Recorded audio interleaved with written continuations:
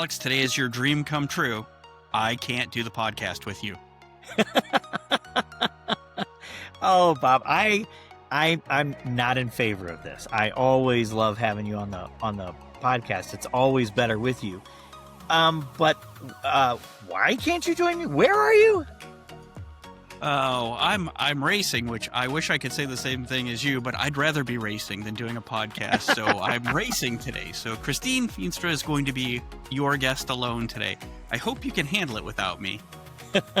I will do my best. I'm excited. By the time we release this podcast, this won't be a super secret, but right now this is super secret, and I get one of the first chances to talk to Christine about it. So I'm really excited about the announcement. Well, do tell her I say hello, because she is one of my favorite people we've interviewed, and I'm sorry I'm going to miss her today. Absolutely. I will, my friend. Good luck. Good luck to you, too. Hi, everybody. Welcome back to another episode of Learning Through Technology, a K-12 podcast. I believe this is the second time in our podcast's history that we have brought a guest back onto the show. And so I'm very excited to be hosting Christine Feenstra, the Executive Director of CUE. Is that right? Well, before I answer that question, thank you so much for bringing me back. I'm really excited to be here. Just a side note, the last time we did this podcast, it was my very first podcast I've ever recorded, so it will always have a very special place in my heart. To answer your question, a lot has changed since we last spoke, and CUE has actually shifted a bit. CUE is now calie, Alex, the California Association for Leading Innovation in Education, or calie. Awesome. And that is the reason why we brought Christine onto the show. We're going to talk about that all in just a second. But I wanted to just spend a second explaining my co-host and really the star of the show. If you're a regular listener, you know that Bob races cars. And so Bob is actually out racing today and wasn't able to make this episode. But I got to show, and for those of you listening on the podcast, you might want to pop over to YouTube to see it because it is just that cool. But let me show. Yeah, I mean, we all already knew that Bob is cooler than me, but now you get to see just how much cooler Bob is than me. All right, so Bob is racing today. So he sends his apologies for not being able to join, but he was so excited, Christine, to have you back on the show and share a little bit about kind of what's changed. So let's start with, you shared that the name has changed. So what's changed? Tell us what's going on at the former CUE. Yeah. So, I think a lot of times when people hear about a rebranding project, they do think about a potential name change, an updated logo, maybe color scheme. But honestly, what I know now, especially having gone through this process, is that this is much bigger than a name change. This is really more about a redefined mission and vision for the organization. And so we started this process over a year ago. The board of directors and staff had been doing a lot of work around where we wanted the organization to go and how we were going to get there. And what we came to the realization of is that the way we were talking about the work we were doing was no longer super relevant in the updated kind of educational landscape. So CUE, for those of you that don't know, stands for Computer Using Educators. And our organization was founded in the early 80s when that was a very unique thing. And then obviously as time has changed and computers and then even, education technology has grown to be ubiquitous, so did our purpose. And so it was time to really take a look at the way we were describing the work that we're doing and make sure that it was relevant and that, current and future educators would respond to it. Yeah, that's great. I had known of the CUE organization for a really long time. And you told me on our last podcast, when was CUE founded? So this is up for debate a little bit. I think the organization people started gathering in the very late 70s and we were incorporated in the early 80s. Yeah. Okay. So this is a really long organization. In the early 80s, computer using educators was probably a really small sector of the total teaching population. Computer using educators is everyone now, right? The name was a little less specific than it really needed to be. Still, why the change? Why, especially when you've got a brand and a name that has such a legacy behind it? Why go through this change? Yeah, I love that question, actually. So I think it's a yes and. So we do have a name that people respond to and that they're aware of. I've spent the last 6 months going to different ed tech conferences across the country. And I cannot tell you how wonderful it is that when you meet someone and you tell them about the work you're doing, and they go, oh, Q, I got my start at Q. I learned that I could, coach teachers at Q, that sort of thing. Really important to us. And we take that really seriously. But it also has become confusing, like you said. And I love this story. I think it really captures just the name change so well. So I attended ISTE this year in San Antonio, and I met a TOSA who's about 30 years old from San Diego. So in California, TOSA is a really ubiquitous term, right? But that's a teacher on special assignment, right? Teacher that is coaching and supporting other teachers. And he was from San Diego, California. And so when I learned that, I went, oh my gosh, are you a Q member? Have you attended Spring Q, which is our conference? And he looked at me like I had 3 eyeballs. He had never heard of Q. And really? Then he asked me if it was like, if we were part of the Illuminati, the Q to get that was what. And I went, oh, wow, this is awful, but also incredibly validating, right? And so I think it's really important from a brand perspective that the name of the organization represents the work that you're doing. And Calie says exactly what we're doing. We're leading innovation in education. The other issue is that, we are often known as this conference for our big Spring Q conference in Palm Springs every year. But we are more than that. We're more than a conference. And we really want to signal to folks that we are, we're a statewide leader driving innovation across the K through 12 education space. Yeah, that's excellent. And in fact, actually, one of the things that I only recently learned of is, so CETA is the State Education Technology Directors Association, right? So it's the people who are sort of the leading ed tech at the state level. In California, it's sort of a consortium. Like in a lot of states, it's the state tech director. But in California, it's the executive director of LA County Office of Education, SITE, and Q. Is that right? Did I get that right? Yes and no. Okay. Interestingly enough, I actually am privileged to sit on the CETA board. I'm the affiliate representative. So CETA has their primary members are the state ed tech director, the offices of the state ed tech directors. But California, we don't have an office of ed tech. Right. And so CETA has affiliate members, and that's where they bring in sort of partner organizations that sort of help create that consortium and fill that space. We also work very closely, obviously, with the California Department of Education, but we don't have an office dedicated to ed tech. Yeah. And so you're part of that representation, right? Which is really great. Okay. Taking an organization, the age of yours. So one of the things that I kind of pride ourselves on at Educational Collaborators. Yeah, we're an ed tech consulting organization, but we really started out of change management. And we were really born in the late 90s, early 2000s when one-to-one was kind of coming about, right? And one-to-one was, the challenge with one-to-one was not, enormous logistics challenges, but the real challenge was just sort of the change that happens in a classroom when a student now has access to a device that has more information, not wisdom, but more information than really the entire faculty combined, right? And so you can't just drop something like that in. You have to manage that through a change management process. What did that look like for you guys? You mentioned it was a year. What'd you guys do over that year? Yeah, it's been extensive, and I will just admittedly say that I've learned more about branding and change management than I ever thought that I would when I attended this role. For us, it was really about communication with our members and stakeholders. So and being as transparent as possible about the process. And so we made the announcement at our conference in the fall that this process was starting. And then we put together a series of focus groups and stakeholder interviews and surveys. The board of directors was involved in every step of the way.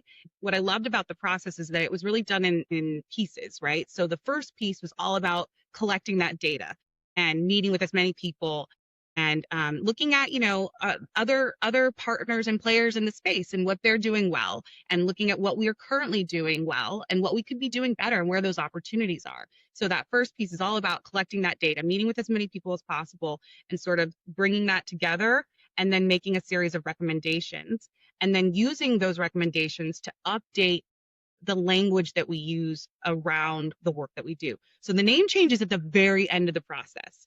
That's like the cherry on the top, right? But the real work is around engaging your audiences and communicating with people and really finding out where we can better support educators and then how we translate that into updated language. So what you'll see when you go to joincalie.org is that the way we talk about the work that we're doing has also really shifted. We have updated mission, vision, purpose, and that helps offer us clarity as we're developing new products and services. And then finally, the end piece is making that really huge decision to change the name of such a, storied organization. And we did not take that lightly.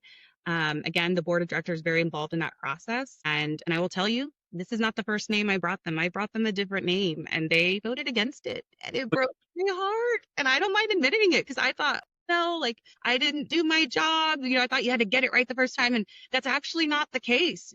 Our board was super involved in this process and it gave them opportunity to give feedback. And we came back to them with calie and it was unanimous. Oh, really? That's awesome. Yeah. I want to dig into something that you were just talking about. So like you did those focus groups, you gathered the information, and then you made the recommendation. Who's making the recommendations and to whom? Is it the brand consultant? Is it you guys to the board?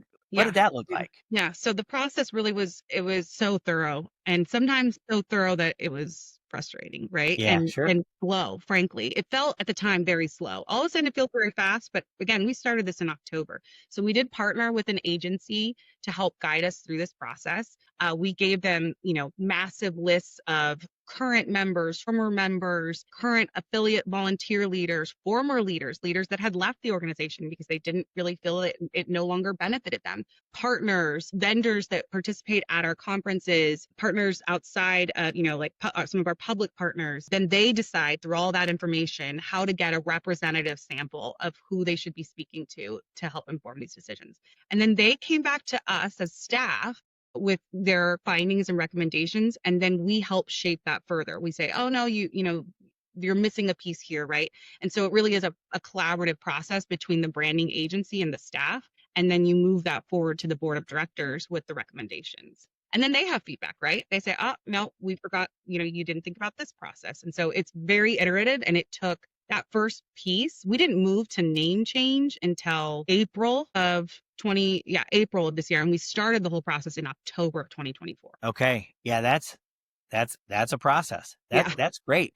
So that much kind of deliberate, thoughtful engagement with your members and as you said, former members, it must have taught you a ton about the organization. What did you learn? Obviously you changed your name and your branding, but what else did you glean and change as a result of this really thorough process? Yeah, man. The first thing I learned, I think, that has just really helped inform the way we develop products and services going forward for our members is that, when Q began, it was a very small, tight-knit community. And it was really, even until 5 or 6 years ago, it was really our members and our audience was really made up of educators and leaders that sort of had an interest in technology. So maybe they were known as the techie teacher at school, and they would come to the Spring Q conference and they would learn all these tools and resources and tips, and then they would be expected to go back to their school or district and kind of distribute that information to the masses.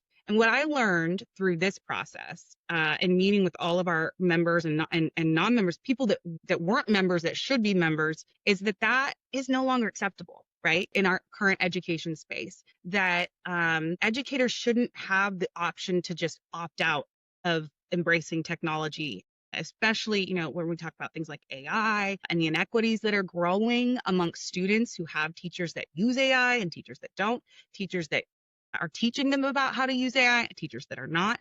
And so all that to say is that it really opened our eyes that the opportunity to support educators is much larger than what we had previously been thinking about just those teachers that wanted to learn about technology. And so, again, the language we use and the services that we offer need to resonate with all teachers, not just those that are interested in technology. So the offerings that we're developing will be reflective of that. Got it. So is the average calie member a classroom teacher, or are they a TOSA, or are they a tech integrator? And if they're different, how does the organization support them in different ways? Yeah, that's a great question too. You're asking it's like you do this a lot, Alex.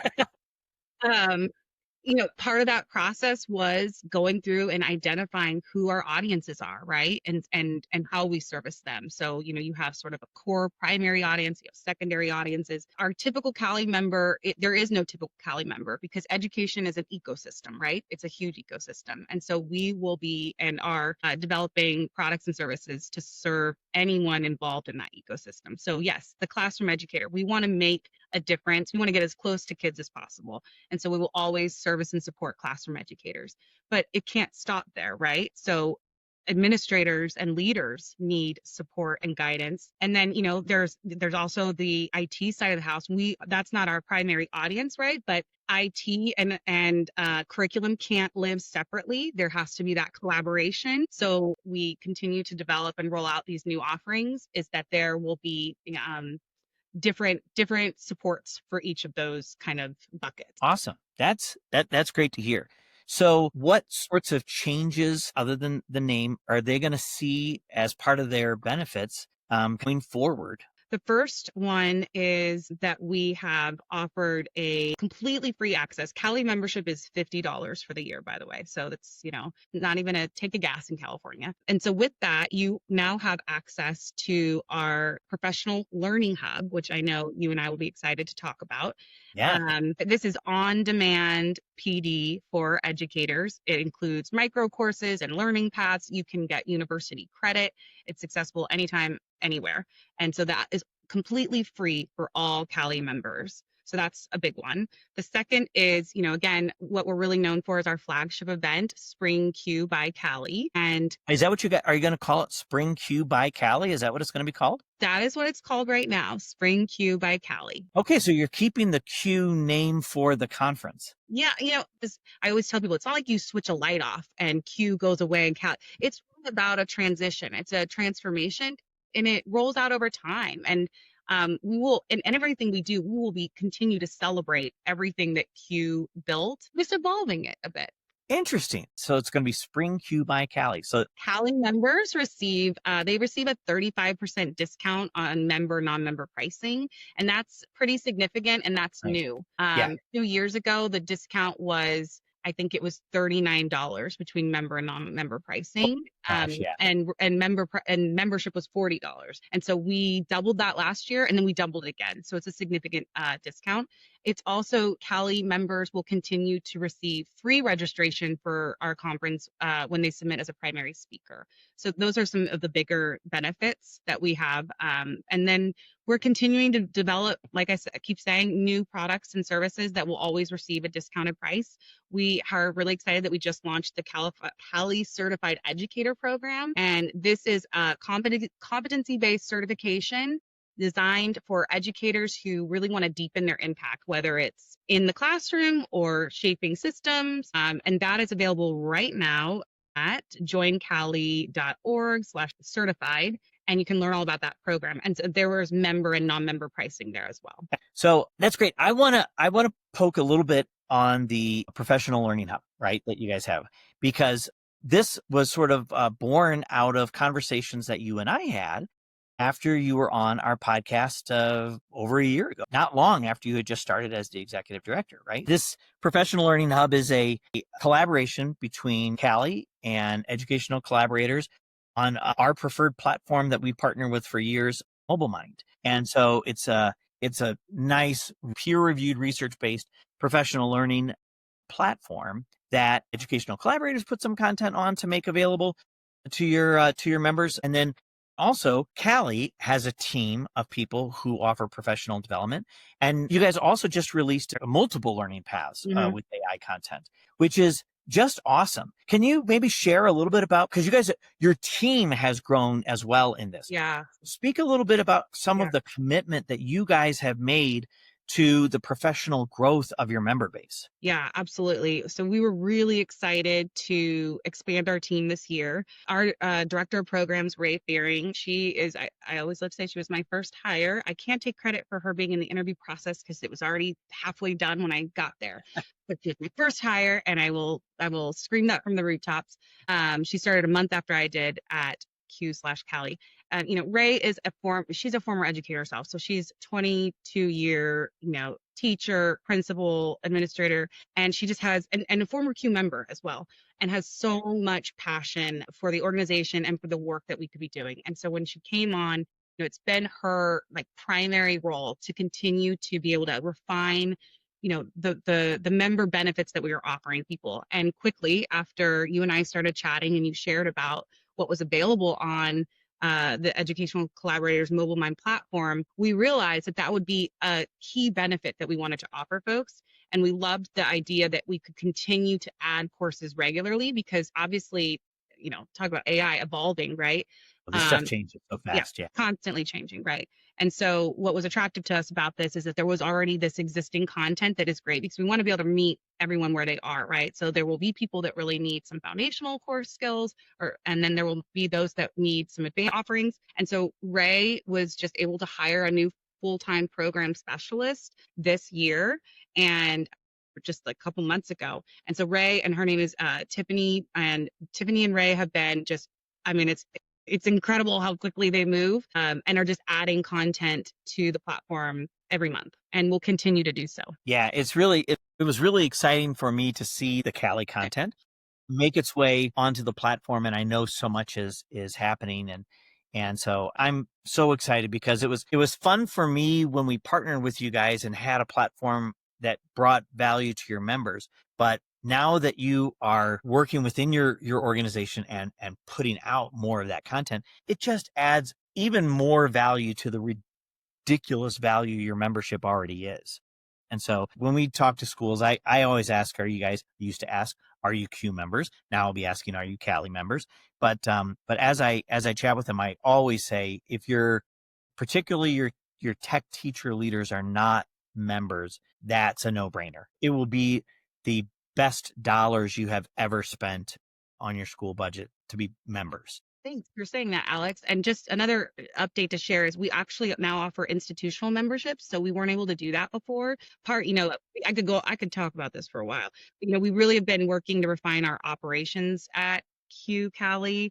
And so we have a, new growth focused database, just, simple things like that. You all have all seen, we have a new website. And we heard from our community that, there were different schools, districts, county offices that wanted to register all of their, teams for membership. We had a kind of a cumbersome process, if I'm honest, before. So now you can purchase institutional memberships where you can assign seats to staff. So if the positions change and you need to swap somebody out, we make that really easy for you now. And again, $50 a person. That's awesome. That's great, because that is certainly a hallmark of today's educational landscape. There's just a lot of movement right now. Yeah, absolutely. Yeah. Well, Christine, thanks so much for coming back on the show. This was great. You guys have done so much amazing work over the last year or so. It's just been really incredible. And thanks for letting us be sort of a part of your community. We enjoy it. No, thank you, Alex. We appreciate your partnership so much. Thanks for giving me the opportunity to share out about all these exciting changes and more to come. Oh, Bob, you missed a good one. I mean, not only did we talk about the exciting announcement, but we talked a lot about change management, and it was a great interview, great conversation. Well, now I'll have a reason to listen so that I can learn the secret. Alex has kept it from me even. Well, all right. Viewers want to know. I want to know. Like, how'd you do? How'd you do in the race? I won, surprisingly enough, right? Like first overall in your category? First overall. Hard to believe, huh?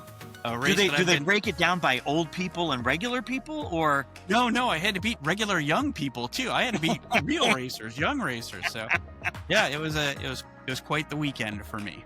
But awesome. Probably not as exciting as for you and getting to interview Christine by yourself. My friend knows me. All right, Bob, until our next episode, and congratulations.